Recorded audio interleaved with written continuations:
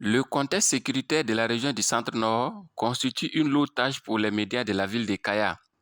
Pour pallier à la situation sécuritaire qui a pris un coup dur sur le vivre ensemble, les médias communautaires de Kaya ont redéfini leurs objectifs en mettant l'accent sur la promotion de la paix et de la cohésion sociale. Face à cette situation, les impacts sur les programmes radio sont énormes, en témoignent les responsables des médias. Il faut dire que depuis l'avènement de la crise sécuritaire dans la région du Centre-Nord, notamment en 2019 avec la crise de Yirou, parce que les choses ont commencé à partir de cette crise-là. Et bon, mais cette crise s'est accentuée vers 2020. Voilà, il faut dire que bon, en termes d'impact, on peut dire que il y a certains villages qu'on pouvait accéder et avec la crise, ces villages sont déplacés. Donc la radio ne peut plus réaliser aucune activité dans ces villages-là. On avait également des groupes d'écoute communautaires qu'on appelle des EC dans différents villages, mais avec la situation sécuritaire, on ne peut plus accéder à ces zones-là. À la radio Notre-Dame de Kaya, les difficultés sont aussi énormes et on assiste souvent même à la suspension de certains programmes, nous confie le premier responsable. Alors, à notre niveau, l'impact est réel et s'est fait sentir à tous les niveaux donc, de la vie et des activités de la radio, donc pas seulement au niveau des programmes. Voilà, mais au niveau des programmes, ce que nous pouvons dire, c'est que nous ne pouvons plus justement envoyer nos employés à un rayon au-delà d'une distance raisonnable. Donc, nos employés ne peuvent plus aller au-delà d'une certaine distance sur le terrain pour faire certaines émissions qui étaient au programme à cause de l'insécurité. Voilà. Donc, les déplacements sont limités. Et si les déplacements sont limités, cela signifie qu'il y a certains programmes, certaines émissions, à défaut d'être suspendus, le contenu n'est plus ça. Et ensuite, l'impact est que pour ne pas exacerber le conflit, la crise, alors les animateurs ou les journalistes sont obligés d'adapter leur langage. Donc la manière dont ils s'exprimaient hier, ce n'est plus la même aujourd'hui, parce qu'ils doivent avoir un langage sensible au conflit. Donc lorsqu'ils parlent, il faut qu'ils tiennent compte de la situation actuelle et considèrent justement leurs responsabilités publiques et puis morales des émissions qu'ils dirigent et qu'ils produisent. Alors, et ensuite, un autre impact justement au niveau de nos programmes, c'est qu'effectivement il y a certains programmes, au regard de la situation, il ne faut plus les tenir. Voilà, parce qu'on ne sait pas comment cela va être interprété, comment cela va être compris, ou bien même si on les tient toujours, comme je viens de le dire tantôt, alors il faut une préparation minutieuse. Voilà. Le quatrième impact, là je peux dire que c'est de façon positive. Il faut revoir carrément la grille, l'organisation, pour que les programmes soient au moins dans leur majeure partie et dirigés vers la paix, la cohésion sociale et les vivre ensemble. La radio Manegda est l'un des médias communautaires qui couvre une très grande partie de la région du Centre-Nord, mais l'avènement de la situation sécuritaire qui a provoqué des milliers de déplacés internes a beaucoup impacté les programmes de la radio. Certaines activités de nos programmes, nous les avons suspendues de façon involontaire parce que la crise sécuritaire ne nous permettait plus d'accomplir certaines de nos missions dont vous savez, nous faisons une mission de service public. La crise est venue limiter nos moyens d'intervention, sinon que nos actions. Qui fait par exemple qu'il y a certains thèmes dont c'est difficile pour nous de les développer, de les traiter en information, sous condition de menace. parce qu'il arrivait souvent qu'on reçoit des appels, souvent des appels de menaces, parce que vous traitez sur tel ou tel thème, peut-être qui ne nous plaît pas. Et parce que, comme vous le savez, la crise a pris plusieurs dimensions. Tantôt, de façon, on voit ça sur le plan religieux. Tantôt, on voit ça de l'autre côté, comme c'est sur les communautés même. Et tantôt, nous voyons ça comme si c'est contre les forces de défense.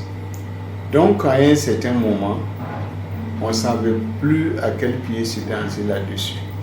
Donc, et du coup, ça freinait, sinon qu'il limitait en tout cas certaines de nos interventions. Donc, il y a eu des impacts vraiment très négatifs. Avec l'expansion des programmes radio sur la citoyenneté, la paix et le vivre ensemble, les radios communautaires enregistrent une forte participation des auditeurs et auditrices et aussi des témoignages dans le cadre des résolutions des conflits. Avant la crise sécuritaire, au regard du caractère confessionnel de notre radio, à cause donc de sa ligne éditoriale, on faisait beaucoup d'émissions dans le sens de la cohésion sociale, de la paix, de la tolérance, de l'acceptation mutuelle et du dialogue interreligieux. Voilà. Mais la crise sécuritaire est venue donc renforcer ces programmes qui existaient et donner plus d'importance, plus de poids et plus de place à ces programmes. Donc nous avons augmenté ces programmes-là, nous les avons multipliés en termes quantitatifs comme aussi en termes qualitatifs. Alors donc les thèmes sont revus à la hausse ainsi que les plages. Voilà. Donc nous pouvons dire qu'à cause de cela, nous avons revu à la hausse nos émissions. Nous concevons des émissions et des programmes pour contribuer à la paix et à la cohésion sociale. Et nous-mêmes, nous menons parfois des micro-projets. Voilà, nous soumettons des micro-projets à des ONG, à des organismes, pour qu'ils puissent les financer, pour que nous puissions réaliser ces émissions-là. Donc, nous réalisons des émissions, ou du moins des projets donc, sur la cohésion sociale, le vivre ensemble. Je peux donner l'exemple du CIPAS, actuellement, soutien aux initiatives de paix au Sahel du Centre national de presse Norbert Zongo. C'est un micro-programme de quelques mois qu'ils ont financé et nous faisons des émissions pour la cohésion sociale, la paix voilà, et le vivre ensemble.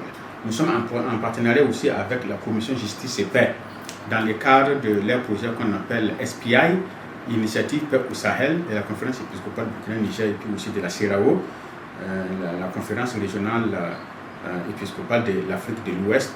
Et nous réalisons des émissions dans ce sens-là de ces programmes. Et c'est ce qui fait que depuis au moins 2 ans, nous avons remporté plusieurs prix dans ce domaine-là, concernant la conception, la réalisation, la diffusion d'émissions pour la cohésion sociale, la paix et le vivre ensemble. Alors je peux dire que au moins plus de la moitié de nos programmes est consacré actuellement à la cohésion sociale, au vivre ensemble et à la paix. Alors donc pour dire que sur 5 programmes, nous avons au moins 2 programmes concernant la paix. Et parmi ces programmes-là, nous misons essentiellement sur 3 formats, les micro-programmes, et le magazine et la table ronde. Je peux dire qu'actuellement, au niveau de la radio Notre-Dame de Kaya, plus de la moitié de nos programmes sont centrés sur la cohésion sociale, la paix, la promotion du vivre ensemble. Et nous avons aussi des preuves concrètes sur le terrain, c'est-à-dire l'impact et l'influence de ces émissions-là, et à cause desquelles il y a eu justement de la réconciliation, il y a eu la paix, il y a eu l'acceptation mutuelle. Alors il y a un village situé à une dizaine de kilomètres de Kaya appelé Nahré, que nous pouvons donner comme un exemple. Alors nous avons fait un micro-programme sur le langage non violent, sur la communication non violente. Alors il se trouve que comme c'est un village qui a accueilli beaucoup de personnes déplacées, il y avait une tension entre les personnes déplacées internes et les autochtones. Parce que les populations hautes se sont rendues compte que pour des besoins, les PDI entraient dans les champs, arrachaient les récoltes et coupaient les arbres, le bois, jusque sur leur colline sacrée. Alors, qu'est-ce qu'ils ont fait? Les sages du village se sont réunis. Ils ont dit qu'ils vont faire un communiqué, venir diffuser à la radio pour donner l'information à ces PDI, pour leur dire de faire beaucoup, enfin, d'arrêter. Alors, ils ont rédigé le communiqué et quand ils ont lu, il y a un auditeur qui a dit, tel que j'ai écouté le contenu de votre communiqué là, si vous allez diffuser le contenu tel quel, ça va produire l'effet contraire. Au lieu que ça amène la paix, ça risque de nous opposer. On lui pose la question pourquoi. Il dit que hier, lui, il a écouté un micro-programme de la radio Notre-Dame de Kaya qui a parlé de la communication non violente. C'est-à-dire que leur communication là même peut amener des problèmes. Alors qu'il y a une manière de communiquer qui peut résoudre le problème. Ils lui ont dit que si c'est comme ça, bon, on te dit il faut aller à la radio Notre-Dame de Kaya avec le communiqué là pour voir s'ils peuvent corriger. Effectivement, ils sont venus à la radio Notre-Dame de Kaya ici et ils ont trouvé les animateurs et les journalistes, c'est là même là qui ont fait le micro-programme. Et quand ils ont pris le communiqué, ils se sont rendus compte qu'il y a des paroles violentes parce qu'ils menaçaient même les PDI. Ils disaient que ce qui leur arrivait là, c'est eux qui ont cherché. Alors, donc les journalistes les ont dit tel que, bon, on vous comprend, et voici comment nous allons faire le message. Alors, ils ont accepté, ils ont réorienté, ils ont réécrit donc, le communiqué. Alors, on a diffusé, et 2 semaines après, nous avons contacté le responsable qui a dit que vraiment, l'information a passé, ils n'entrent plus dans leur champ, ils ne coupent plus le bois, et actuellement, ça va. Bon, je vous avoue qu'à ce niveau, nous avons réorienté notre grille de programme. La plupart des émissions qu'on a au programme, beaucoup ont été réorientées vers des émissions en tendance, en lien avec la crise sécuritaire et humanitaire. Donc, ces émissions occupent une grande place dans notre programme. Nous pouvons dans la journée programmer 5 émissions à faire. Mais parmi les 5, on peut se retrouver facilement en 3 ou 4 même, tout plus, des émissions en lien avec la crise humanitaire et sécuritaire. Il faudra dire que si il y a une situation, ce qu'on peut faire, c'est toujours chercher la solution. Et nous avons essayé aussi en ce qui concerne notre domaine de faire quelque chose là-dessus et nous continuons aussi de le faire. Par exemple, nous avons essayé d'orienter beaucoup de nos productions vers des émissions rentrant dans le cadre de vivre ensemble, de la cohésion sociale. Et nous avons pensé que ça y va de notre contribution aussi. Par exemple, nous avons initié beaucoup d'émissions que nous invitons de différentes communautés. Nous invitons des leaders coutumiers et religieux et d'autres acteurs, même des acteurs étatiques comme les services de l'action sociale, pour participer à des émissions. Et ces émissions, nous les réalisons dans plusieurs formats.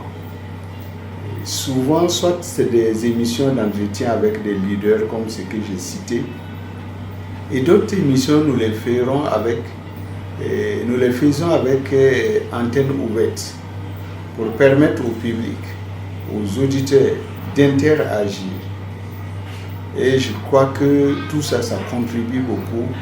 Même ceux qui se sentent mis en marge de ça, ils vont suivre les émissions et peut-être que ça va les ramener dans un bon sens. Comme on le dit, peut-être d'autres disent que si la crise persiste, c'est que peut-être il y a des enfants de la famille qui sont dedans. Et sinon, si c'était uniquement des gens venus de l'extérieur, ça ne pouvait pas être comme ça. Mais s'il y a des gens de la maison qui sont là-bas, que vous puissiez à travers des émissions trouver des mots qu'il faut, et peut-être ça pourra toucher le cœur de ces enfants qui sont sortis en marche pour prendre encore les armes contre leurs frères, peut-être de revenir à la raison. Et nous savons que la crise qui a entraîné beaucoup de déplacements des populations vers là où chacun se sentira vraiment mieux sécurisé, fait que il y a des gens qui se rencontrent, ils n'ont jamais eu à vivre ensemble. Donc, du coup, ils se retrouvent dans un même endroit.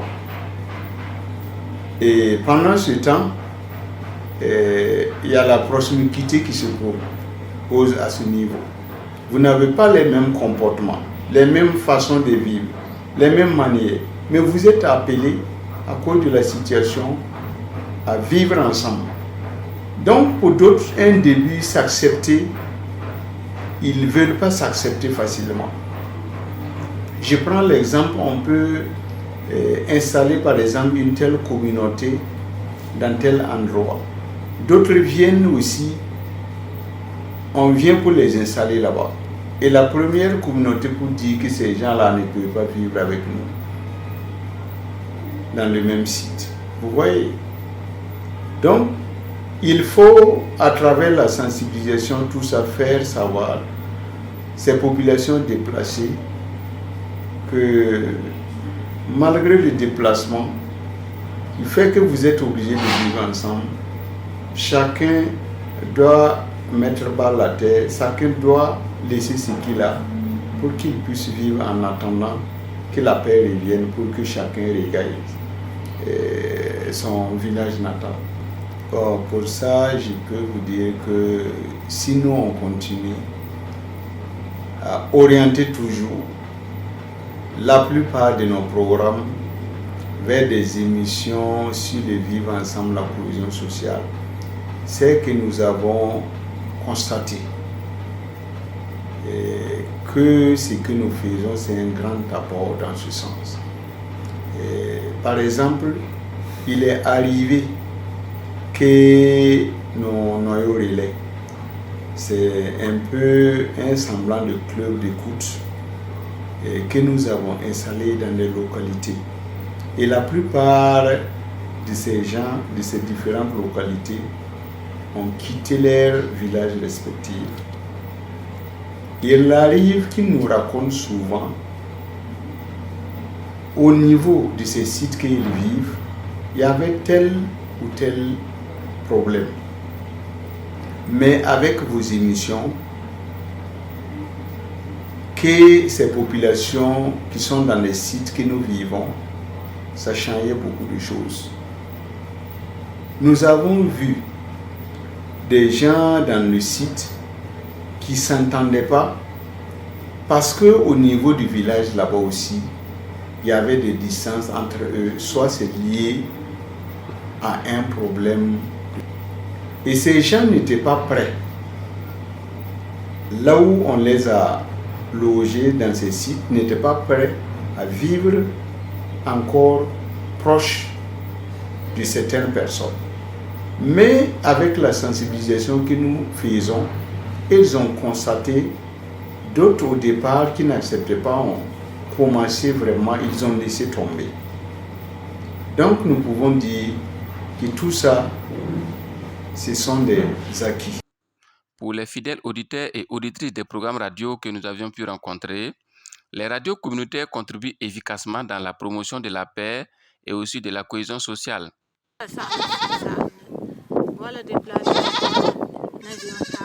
Si les radios n'étaient pas impliquées dans la diffusion de messages de paix, c'était grave pour nous, personnes déplacées internes, de pouvoir retrouver parfois les lieux de distribution de vivres.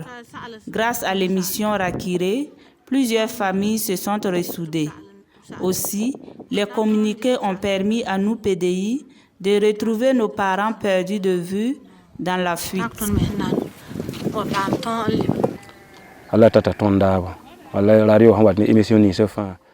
Nous écoutons la majeure partie des émissions radio et j'avoue que les radios font un important travail dans le domaine de l'éveil des consciences en matière de la cohabitation pacifique entre nous PDI et nos autres. Si je prends l'exemple de l'émission Sakaltaba de la radio Manegda, Edgo Moure de la radio Zama et Rakire de radio Notre-Dame, ce sont des émissions qui ont contribué à consolider les liens de parenté.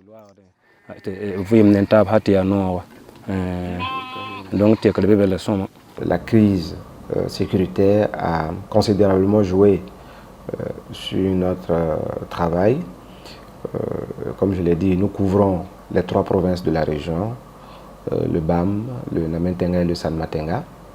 Alors la situation a réduit notre rayon de travail parce qu'on ne peut plus se déplacer facilement dans certains villages, dans certaines villes, dans certaines provinces. Donc on est assez réduit en termes de champ de travail. Donc franchement, nos productions prennent un sérieux coup. Nous nous inscrivons bien sûr dans la dynamique de promouvoir la paix parce que en tant que journaliste, la quiétude de la population nous incombe aussi à nous. Parce que si la population n'est pas tranquille, s'il n'y a pas la quiétude, s'il n'y a pas la paix, bon, il n'y a pas de journalistes. Donc nous, RTB, déjà, de par notre mission, nous contribuons effectivement à faire en sorte que, pour ce qui est de notre part, qu'il n'y ait pas des conflits dans le conflit. Donc pour cela, nous orientons nos programmes vers des émissions qui appellent à vivre ensemble, parce que la situation a créé un bouleversement sociétal avec les personnes déplacées internes, donc qui, notamment à Kaya ici, ils sont beaucoup installés, donc ça bouleverse un peu le fonctionnement de la ville, ça bouleverse la société, donc ça peut être source de conflit. Et donc nous orientons nos programmes à travers des émissions vers le vivre ensemble, l'acceptation de l'autre, la tolérance. Et cela se fait avec certains leaders, que ce soit religieux ou communautaires, et souvent même avec les intéressés, les acteurs premiers, les premiers concernés, notamment les déplacés internes, les populations hautes. Et puis parfois on échange donc pour donner le bien fondé de vivre ensemble, parce que ceux qui se sont déplacés n'ont pas choisi.